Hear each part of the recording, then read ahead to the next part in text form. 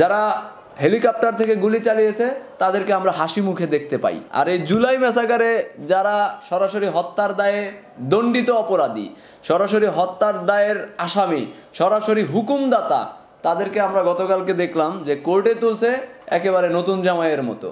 মনে হয় তারা শ্বশুর বাড়ি যাচ্ছে, একবারে সদল বলে সবাই মিলে শ্বশুর বাড়ি যাচ্ছে এমন মনে হচ্ছে, সবার মুখে হাসি।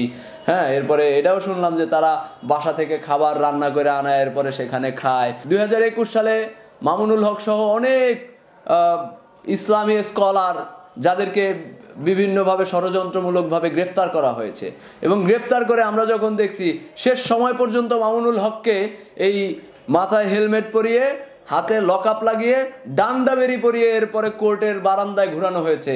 আমরা রফিকুল ইসলাম মাদানিকে দেখেছি যে হাই সিকিউরিটি সেলে রাখা হয়েছে সেই গাজীপুরে, এবং তার সাথে পরিবারের কোনো যোগাযোগ করতে দেওয়া হয় না। আমি তারেক ভাই আমরা গেছিলাম সেখানে রফিকুল ইসলাম মাদানির খোঁজ খবর নিতে, তাকে কিছু আর্থিকভাবে সহযোগিতা করার জন্য, কিন্তু আমরা সেই টাকা পর্যন্ত সেখানে পৌঁছে দিতে পারিনি, আমরা তার সাথে সাক্ষাৎ করতে পারিনি, যেটা মানবাধিকারের মধ্যে পড়ে, যে তার সাথে অন্তত পক্ষে আত্মীয় স্বজন বা যারা শুভাকাঙ্ক্ষী রয়েছে তারা দেখা করতে পারবে, সেটা করতে পারে নাই।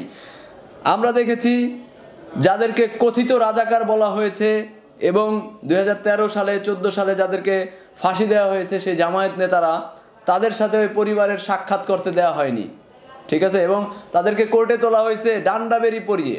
হ্যাঁ, কিন্তু আমরা আজকে দেখছি যে মানবতা বিরোধী অপরাধের দায়ে দণ্ডিত অপরাধীদেরকে ট্রাইব্যুনালে তোলা হচ্ছে, সেখানে নতুন জামাইয়ের মতো তারা আসছে, হাসছে, খেলছে, আবার বলছে ভাই দোয়া করেন, ঠিক আছে।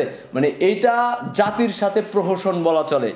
আমি আমার আলেম ওলামাদেরকে, এই একই প্রশাসন তো তখনও ছিল, এই একই প্রশাসন তো তখনও কাজ করছে, এই একই প্রশাসন তো তখন এই মামুনুল হকদের মতো আলেম ওলামাদেরকে ডান্ডা বেরি পরায়া এরপরে এই কোর্ট চত্বরে ঘুরাইছে।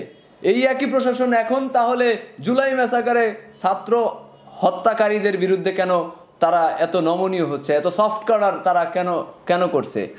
গত 15 বছরে $93 বিলিয়ন বিদেশে পাচার করেছে, যারা 15 বছর জনগণকে ভোট দিতে দেয় নাই, যারা গত 15 বছরে 1926 জনকে বিচার বহির্ভূত ভাবে হত্যা করেছে, যারা 1000-এর বেশি মানুষকে গুম করেছে, যারা গত 15 বছরে শাপলা চত্বরের মতো ঘটনা ঘটাইছে, যারা গত 15 বছরে পিলখানা হত্যাকাণ্ডের মতো ঘটনা ঘটাইছে, এছাড়াও আরো অনেকভাবে মানুষকে নিপীড়ন করেছে, হয়রানি করেছে। সর্বশেষ জুলাই বিপ্লবে আমরা 2000 মানুষকে তারা সরাসরি গুলি করে হত্যা করেছে। এখন এদেরকে আপনি জামাই আদর করলেন, এবং এটির ভিডিও ফুটেজ আপনারা গতকালকে বিভিন্ন টিভি মিডিয়ায় দেখেছেন।